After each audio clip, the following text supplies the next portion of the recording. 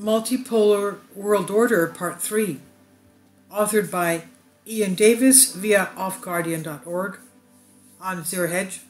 In Part 1, we considered the forces shaping the world order and the attempts to impose various models of global governance upon it.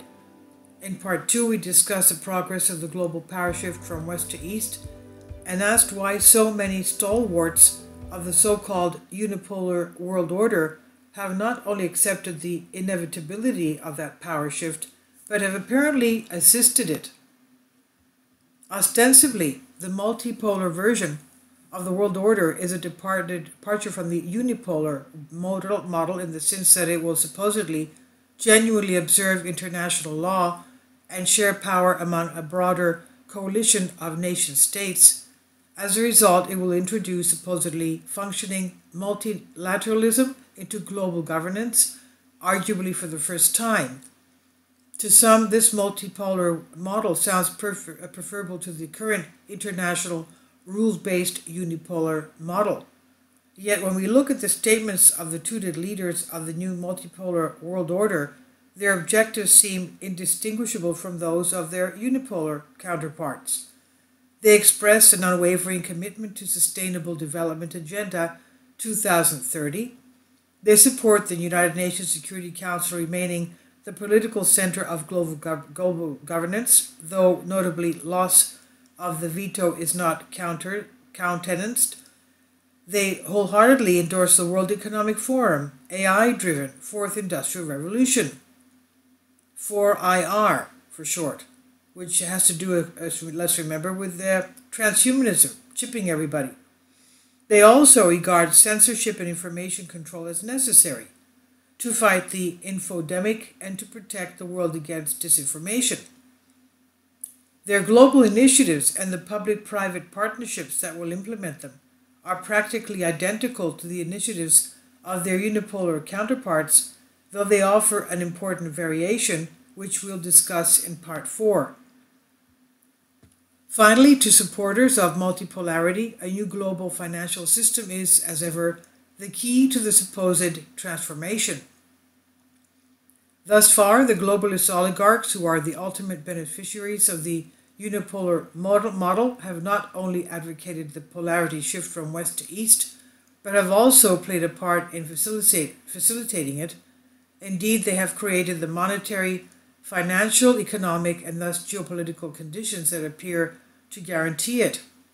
When we learned in Parts 1 and 2 that the unipolar world order established a system of global governance that is founded upon global public-private partnership, and that this empowered oligarchs to engineer policy agendas around the world unconstrained by national borders.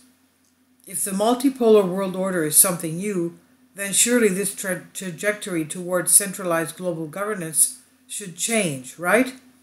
But when the multipolar models seem to be accelerating the transition to centralized power, then we have to wonder if there is anything new and different about it at all. The multipolar Great Reset, as mentioned previously, the World Economic Forum, the WEF, declares itself to be the leading organization for global public-private partnerships, G3P they call it. In 2019, the WEF attempted to stake its claim by entering into a strategic partnership with the UN. The broad objective of the partnership was to accelerate the implementation of the 2030 Agenda for Sustainable Development. The WEF has conspicuously inserted itself into the global narrative over the last few years, most notably with the alleged Great Reset, the GR. The book of that name, written by Klaus Schwab and Thierry Malleret, purportedly in response to the claimed global pandemic, is just another in the long line of attempts to exploit public fear and anxiety to sell a set of policy agendas.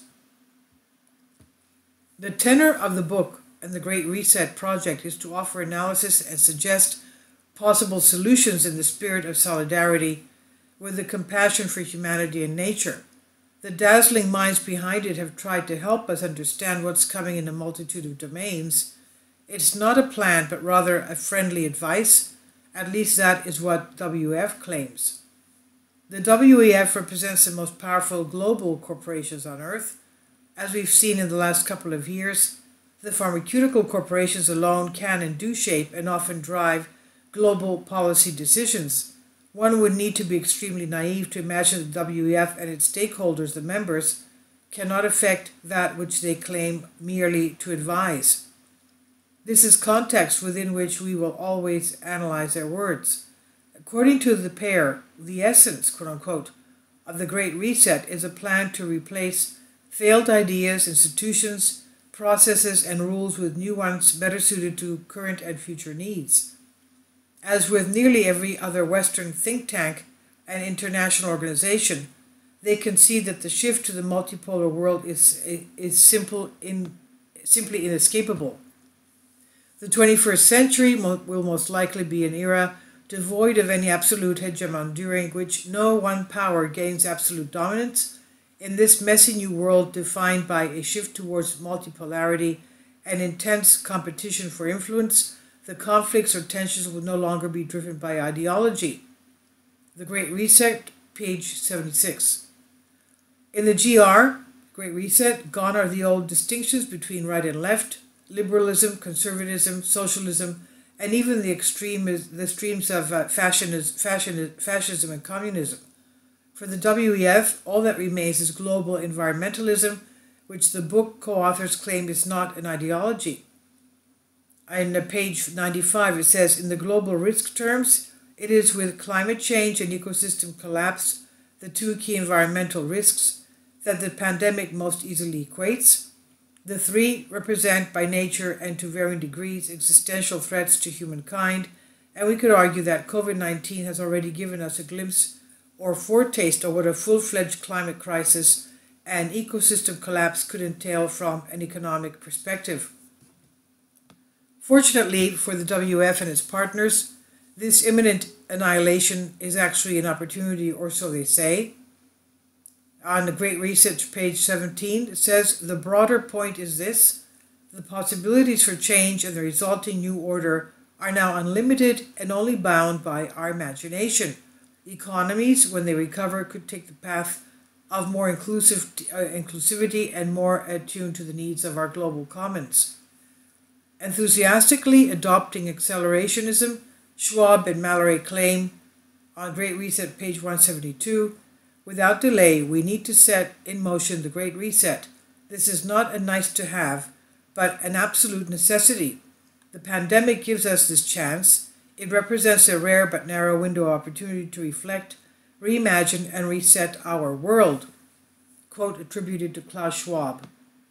And as economies restart, there is an opportunity to embed greater societal equality and sustainability into the recovery, accelerating rather than delaying progress towards the 2030 Sustainable Development Goals. The only problem this duo foresee with the shift towards multipolarity is that the associated retreat from globalization might happen too quickly. Of course, according to them, a premature retreat would cause havoc, so we should be properly terrified of the possibility. Consequently, in their eyes, a new form of globalization will only be viable if the right overarching system is firmly in place, global governance, as they put it. And in page 81 of Great Reset, a hasty retreat from globalization would entail trade and currency wars, damaging every country's economy, provoking social havoc and triggering ethno or clan nationalism, the establishment of a much more inclusive and equitable form of globalization that makes it sustainable both socially and environmentally is the only viable way to manage retreat. This requires policy solutions and some form of effective global governance. Schwab and Mallory allege that the pseudo-pandemic initiated breakdowns raise what they see as the deplorable prospect of a global order deficit. Therefore, in the absence of an absolute hegemon, the unipolar world order, nation-states must find a way to collaborate at the global level. And they said, and according to Great Reset, page 76, if no one power can enforce order, our world will suffer from a global order deficit Unless individual nations and international organizations succeed in finding solutions to better collaborate at the global level, we risk entering an age of entropy in which entrenchment, fragmentation, anger, and parochialism will increasingly define our global landscape, making it less intelligible and more disorderly. The pandemic crisis has both exposed and exacerbated this sad state of affairs, they said. And Klaus Schwab's book, Forum Publishing, COVID-19, The Great Reset. Klaus Schwab and Terry Malloret. So the so-called Great Reset has been designed to manage and exploit the orchestrated collapse of the unipolar world order, the path towards multipolarity, redesigning globalization, and a new world order is set.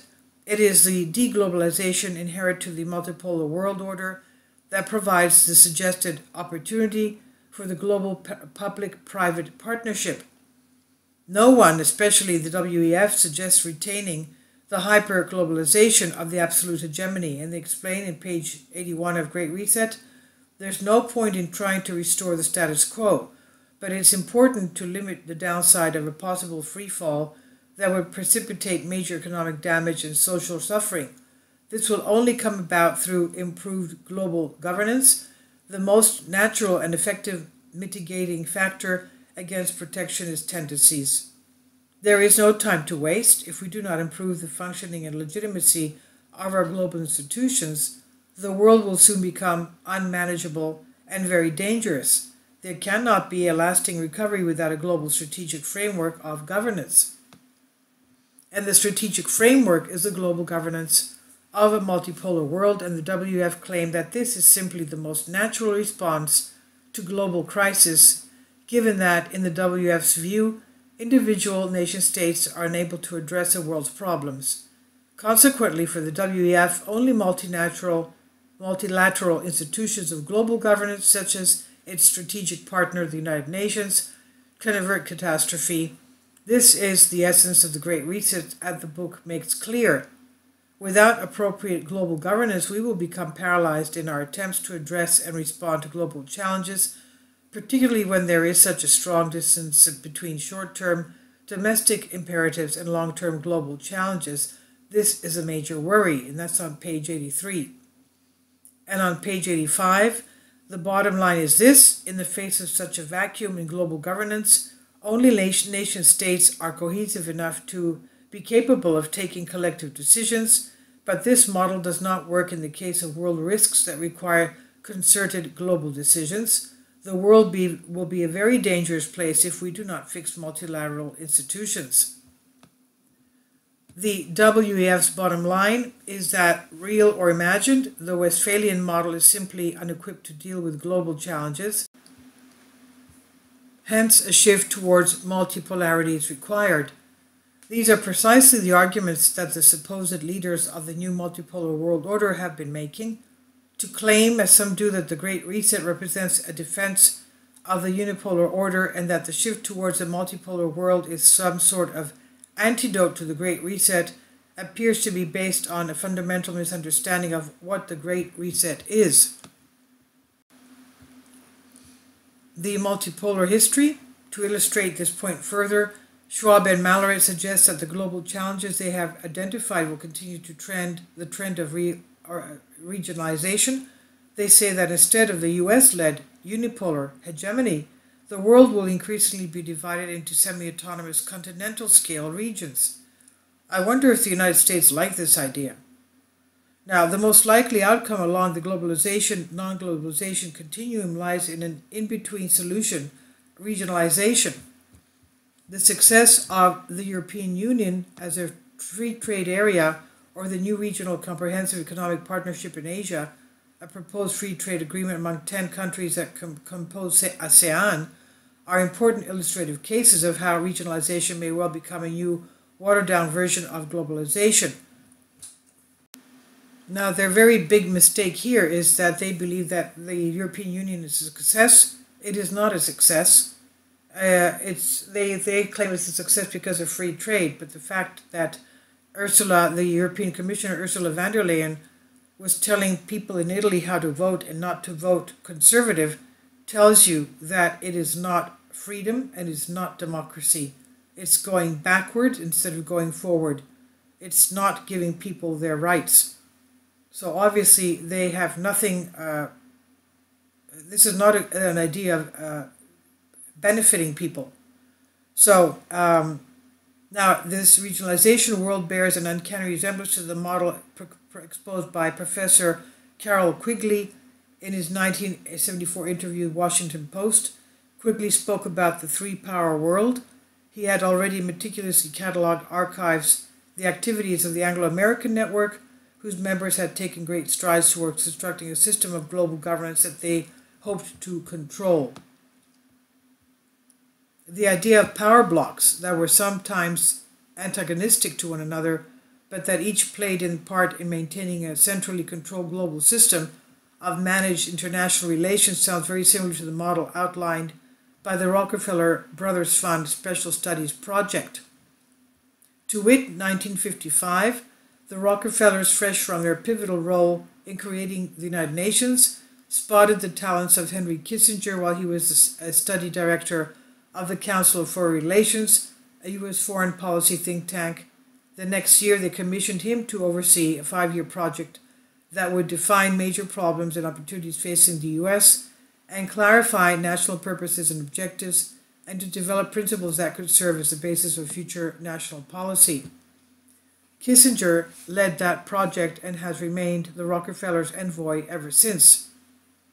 The subsequent collection of Rockefeller panel reports published in Prospects for America in 1961, and those reports the Rockefeller-chosen panelists noted that 19th century imperialism had been a means of maintaining world order, but that the two world wars had conveniently put paid to government's ability to control it, since the claimed necessity for the UN. The Rockefellers and their man Kissinger identified that the WEF would later be called the global order deficit. And one system of organizing international order has been destroyed without replaced by another. Prospect of America, page 164. I'll leave a link below for you for this. This is on Zero Hedge, part 3 of Guardian, Multipolar World, authored by Ian Davis. Please leave your comments. Thank you for your support. Kindly support my Patreon account. The daily posts are 5 videos daily, and they are totally different from what I have on my YouTube channel. Thank you so much for your support and that you find all my content so interesting. You'll find the Patreon account details in the description box below.